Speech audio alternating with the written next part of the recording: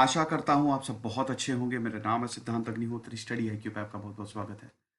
दोस्तों, आज हम एयर पॉल्यूशन की बात करेंगे, एक बहुत ही इंपॉर्टेंट और सेंसिटिव टॉपिक। तो हम एयर पॉल्यूशन के बारे में देखेंगे। ये एक आर्टिकल आया है हिंदुस्तान टाइम्स पे, तो इस पे ये लेक्चर है। साथ ही साथ एक रिपोर्ट आई है और ये रिपोर्ट बहुत ज़्यादा इंपॉर्टेंट है।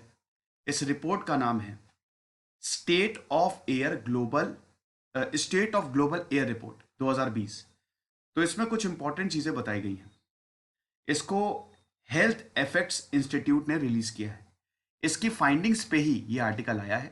भारत क्यों इतना रिस्की है, हम इस लेक्चर में जानेंगे। ट्विटर पे मैं आ गया हूँ, इंस्टा ट्विटर दोनों पे ही आप मुझे फॉलो कर सकते हैं। रात 8 से 10 बजे तक मुझे सारी क्वेरीज पूछिए। यूपीएससी के स्मार्ट कोर्सेज आते हैं, स्टडी IQ का ऐप डाउनलोड करके आप इनको अवेल कर सकते हैं। तो इंस्टा पे जरूर फॉलो करिए। तो ये state of global air report आई है, वेंसडे को आई है।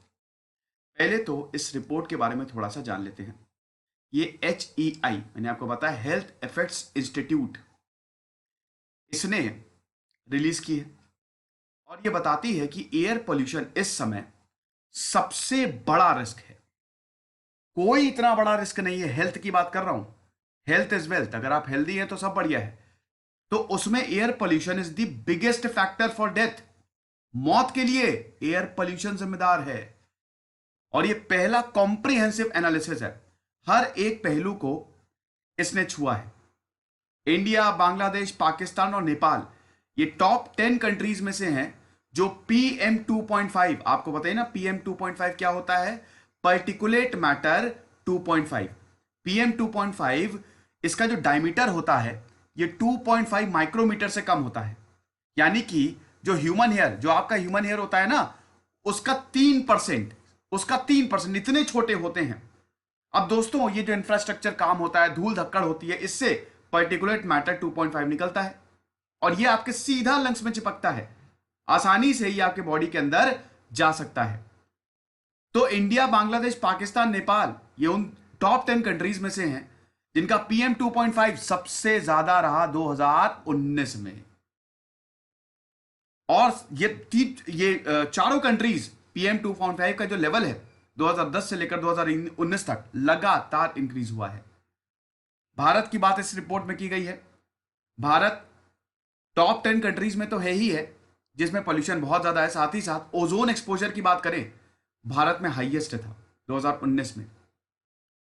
17% इंक्रीज था ओजोन में, O3 जिसको बोला जाता है, 2010 से लेकर 2019 तक। तो ऐसा है, सरकार इनिशिएटिव तो चला रही है, लेकिन पोल्यूशन जो है वो कम होने का नाम ले नहीं रहा है। पोल्यूशन जो है वो बढ़ता ही जा रहा है। तो बेसिकली इस आर्टिकल में क्या बोला है, दो वार्निंग्स हैं इंडिया के लिए। सबसे पहले तो ये है कि भारत का, मैंने बताया ना रिपोर्ट पे बेस्ड आर्टिकल है ये, तो भारत का जो PM2.5 एनुअल एवरेज है दैट इज हाईएस्ट। PM2.5 का एक्सपोजर भारत में सबसे ज्यादा है। दूसरा क्या है, वर्स्ट लेवल ऑफ 2.5 है पिछले 10 सालों में। 2010 से यहां पे एनालाइज किया गया है देशों को, 2010 से लेकर 2019, हर 10-10 साल में एनालाइज किया जाता है। तो एक तो PM2.5 कॉन्सेंट्रेशन पिछले साल 2019 में हाईएस्ट था और पिछले 10 सालों में भी हमारा PM2.5 लेवल वर्स्ट है। और आपको मैंने बताया ही है कि सरकार ने बहुत सारे इनिशिएटिव लिए हैं, लेकिन उसके बावजूद पोल्यूशन रुक नहीं रहा है और एयर पोल्यूशन इस समय सबसे बड़ा रिस्क फैक्टर है। आप देख सकते हैं 2019 में ही 1,16,000 नवजात बच्चों की डेथ हुई थी। जैसे ही उनका जन्म हुआ, एक महीने के अंदर अंदर मर गई है। और इसका पता है क्या कारण था, सीवियर एयर पोल्यूशन। ये रिपोर्ट ने बोला, यानी कि अब जो हमारी जनरेशन आ रही है उनके जीने मरने का सवाल है। अब तो सुधरे हम। फाइंडिंग्स जो हैं किस पे बेस्ड है, रिसर्च हुई और रिसर्च ने में ये बताया कि अगर आप प्रेग्नेंट हैं, जो महिलाएं हैं वो प्रेग्नेंट होती हैं, और अगर they are exposed to polluted air, pollution जा रहा है, पोल्यूटेड एयर उनके अंदर जा रही है, PM2.5 अंदर जा रहा है, तो 110% लो वेट होगा, प्री मेच्योर बर्थ होगा। पहले ही डिलीवरी हो जाएगी, यानी कि बच्चे के मरने के चांसेस बहुत ज्यादा रहेंगे। रिपोर्ट ने यह भी सजेस्ट किया कि अगर आप बहुत वक्त तक बाहर रहें, पॉल्यूशन लेते रहे, एयर पॉल्यूशन जो है वो आपको इफेक्ट करता रहे, तो भी बहुत बड़ा खतरा है। आपको स्ट्रोक पड़ सकता है, हार्ट अटैक हो सकता है, डायबिटीज हो सकती है, लंग कैंसर हो सकता है, क्रोनिक लंग डिजीज हो सकता है, न्यूनेटल डिजीज हो सकता है। यह सब 2019 में हुआ है, जिसकी वजह से आपकी मौत होगी। यह भी बताया है। बच्चों के लिए भी खतरनाक है और आपके लिए भी खतरनाक है। ये आप देखिए, 16 लाख मौतें इन केसेस के इन इसकी वजह से हुई हैं, इन कारणों की वजह से। पोल्यूशन की वजह से heart attack, diabetes, lung cancer, 2019 में अकेले 16 लाख मौतें हुई हैं। तो ऐसा है। उसके बाद यहां पे क्या बोला गया है, देखो, पीएम हो गया, ओजोन हो गया, नाइट्रोजन डाइऑक्साइड हो गया, सल्फर डाइऑक्साइड। भारत सल्फर बहुत ज्यादा एमिट करता है, लार्जेस्ट एमिटर है। ये पोल्यूटेंट्स क्या करते हैं, ये आपके लंग्स में चिपक जाएंगे, बिल्कुल डीप पेनिट्रेशन होता है। आप जैसे ही इनको इनहेल करेंगे, सांस लेंगे ना, तो ब्लड स्ट्रीम के थ्रू पूरी बॉडी में फैल जाएंगे। ये कार्डियोवैस्कुलर, सेरिब्रोवैस्कुलर, रेस्पिरेटरी इंपैक्ट, मतलब आपके दिल, दिमाग, आपकी सांस, सब में ये जो है वो परेशान करेंगे, इफेक्ट करेंगे। तो ये बताया गया है इस पूरे रिपोर्ट में। डब्ल्यूएचओ का क्या कहना है, डब्ल्यूएचओ का ये कहना है कि इस समय टॉक्सिक एयर जो है वो सबसे बड़ा इन्वायरमेंटल रिस्क है अर्ली डेथ्स का। बहुत जल्दी जल्दी मौतें हो रही हैं, उसका सबसे बड़ा जो रीजन है दैट इज टॉक्सिक एयर, हवा में जो जहर फैला हुआ है। हर साल खाली पोल्यूशन से 70 लाख लोग मर जाते हैं। इतने तो एचआईवी, टीबी और मलेरिया से नहीं मरते, तीनों को कंबाइन कर दीजिए तो हर साल इतने इन बीमारियों से नहीं मरते जितने पोल्यूशन से मर जाते हैं। 42 लाख प्री मेच्योर डेथ्स होती हैं। एयर पोल्यूशन इसका मेन कारण है वर्ल्ड बैंक के हिसाब से। वर्ल्ड बैंक की बात करें, इकोनॉमिक बर्डन भी बहुत ज्यादा है, इसका इकोनॉमिक लॉसेस भी होते हैं। एयर पोल्यूशन की वजह से लेबर लॉस होगा कि नहीं। वर्ल्ड बैंक बताती है कि 225 बिलियन डॉलर तो लेबर इनकम की चली गई, लेबर इनकम चली गई 2013 में।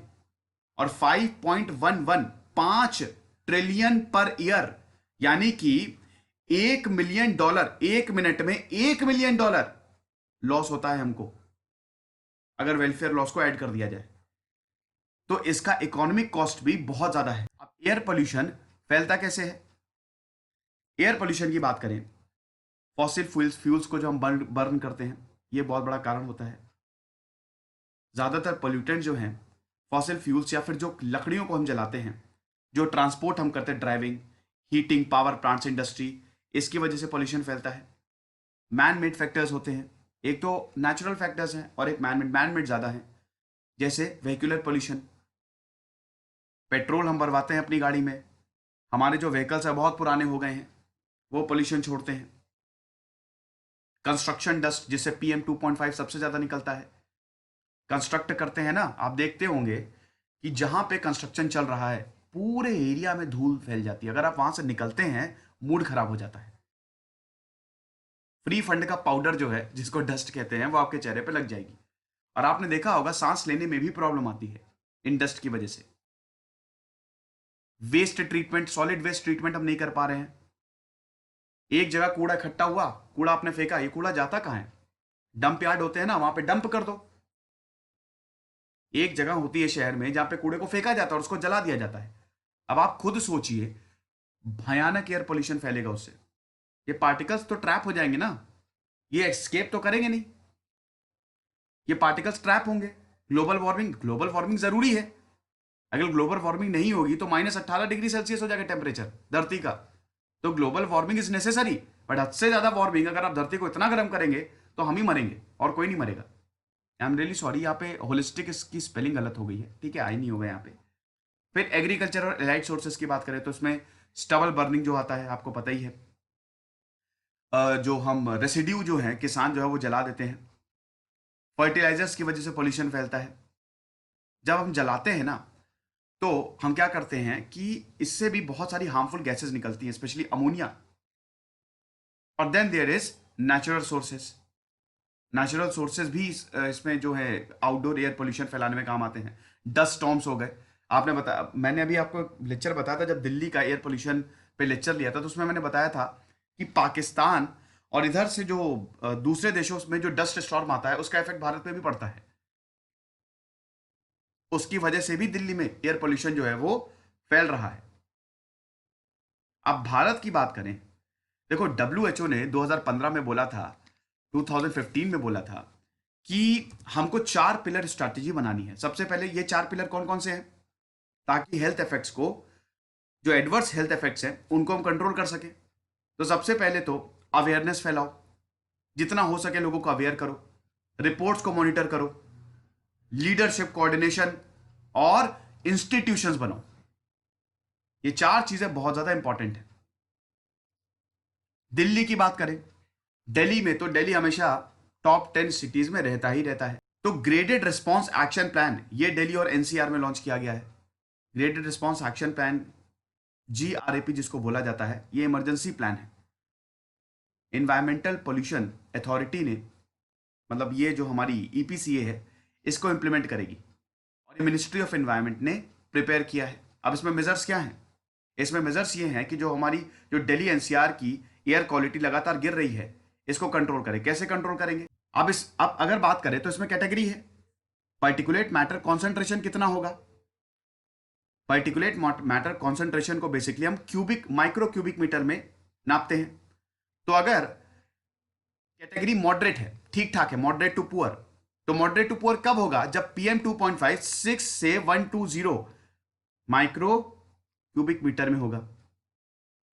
उसके बाद मान लीजिए अगर 120 से 250 के बीच में है, PM 2.5 की बात कर रहा हूं, PM 10 की नहीं, PM 2.5 अगर 120 से 150 के बीच में है और PM 10 351 से 430 के बीच में है, तो वेरी पुअर है। और इसके लिए फिर मेजर्स लिए गए हैं, ठीक है। जैसे दिल्ली NCR के लिए ये रिस्पॉन्स एक्शन प्लान बहुत काम का है। मॉडरेट टू पुअर है, तो जो एयर पोल्यूशन हो रहा है ना, थर्मल पावर प्लांट्स उसको कंट्रोल करेंगे।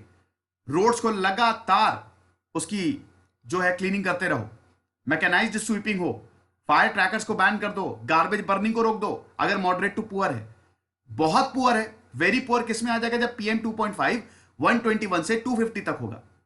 तो अगर हवा बहुत खराब है तो तुरंत डीजल जनरेटर सेट्स को बंद कर दो। आप डीजल को, जो डीजल जनरेटर होते हैं उसको आप यूज नहीं कर सकते। बस और मेट्रो सर्विस पे उसको ज्यादा बढ़ावा दो, ताकि गाड़ियां अपना चलाएं, पब्लिक सर्विस का ज्यादा यूज करें। तुरंत कोल फायरवुड होटल्स और ये जो भी ओपन ईटरीज होते हैं, ये जो पोल्यूशन फैलाते हैं, इसको रोको। सीवियर अगर 250 से ज्यादा है, PM 2.5 250 से ज्यादा है और PM 10 430 से ज्यादा है, तो और ज्यादा। यहां पे रोड्स, लगातार रोड्स पे वाटर को स्प्रिंकल करते रहो। भट्टियां होती हैं उनको बंद कर दो, पावर प्लांट को बंद कर दो, और अगर इमरजेंसी हो तो सब बंद कर दो। ऐसा है। तो भैया दिल्ली सीवियर और इमरजेंसी इसी के बीच में रहता है। तो graded response action plan Delhi के लिए ही लॉन्च किया गया है। फिर क्या कर सकते हैं हम? इनोवेटिव मेजर्स ले सकते हैं, ठीक है। हम जैसे अभी सॉलिड वेस्ट ट्रीटमेंट है, बहुत बढ़िया। उसमें जो वेस्ट था, जो गार्बेज था, उससे एनर्जी बना ली। अभी IIT ने ऐसा किया तो उससे एनर्जी बना ली गई। फ्लाई ऐश को हम यूज कर लिए, फ्लाई ऐश को रिसाइकल कर लिया। तो ये भी हम कर सकते हैं। नए नए तरीके देखो कि हम स्टबल को कैसे डिकम्पोज करते हैं। जैसे अभी मशीन्स पंजाब में वो आती है ना, क्या, हैप्पी सीडर, वो ट्रैक्टर के साथ लगती है। आपको स्टबल को, रेसिड्यू को जलाने की जरूरत ही नहीं, वो ट्रैक्टर के पीछे लगा लो, सब खत्म कर देगी, अपने आप पूरी फील्ड को साफ कर देगी।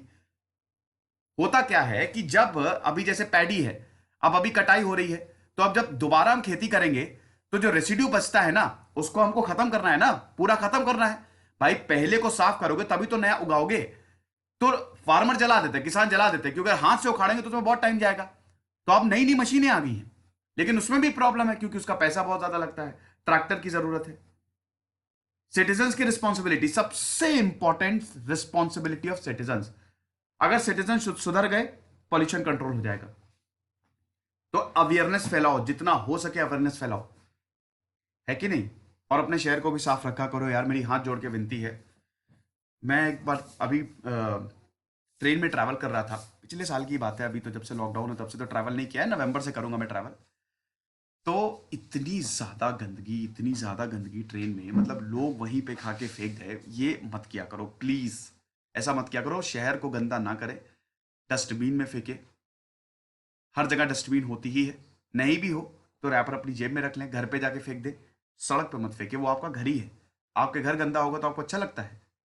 अच्छा लगेगा तो फिर बात ही खत्म, नहीं अच्छा लगेगा तो ये पूरे देश और अपने शहर के लिए सोचिए, तो गंदगी ना फैलाएं, ठीक है? तो ये लेक्चर था, आई होप आपको पसंद आया होगा। ये आर्टिकल है हिंदुस्तान टाइम्स का, आप पढ़ सकते हैं, हालांकि पूरा आर्टिकल मैंने लिख ही दिया है। खुश रहिए, पढ़ते रहिए। दिस इज सिद्धांत अग्निहोत्री साइनिंग ऑफ।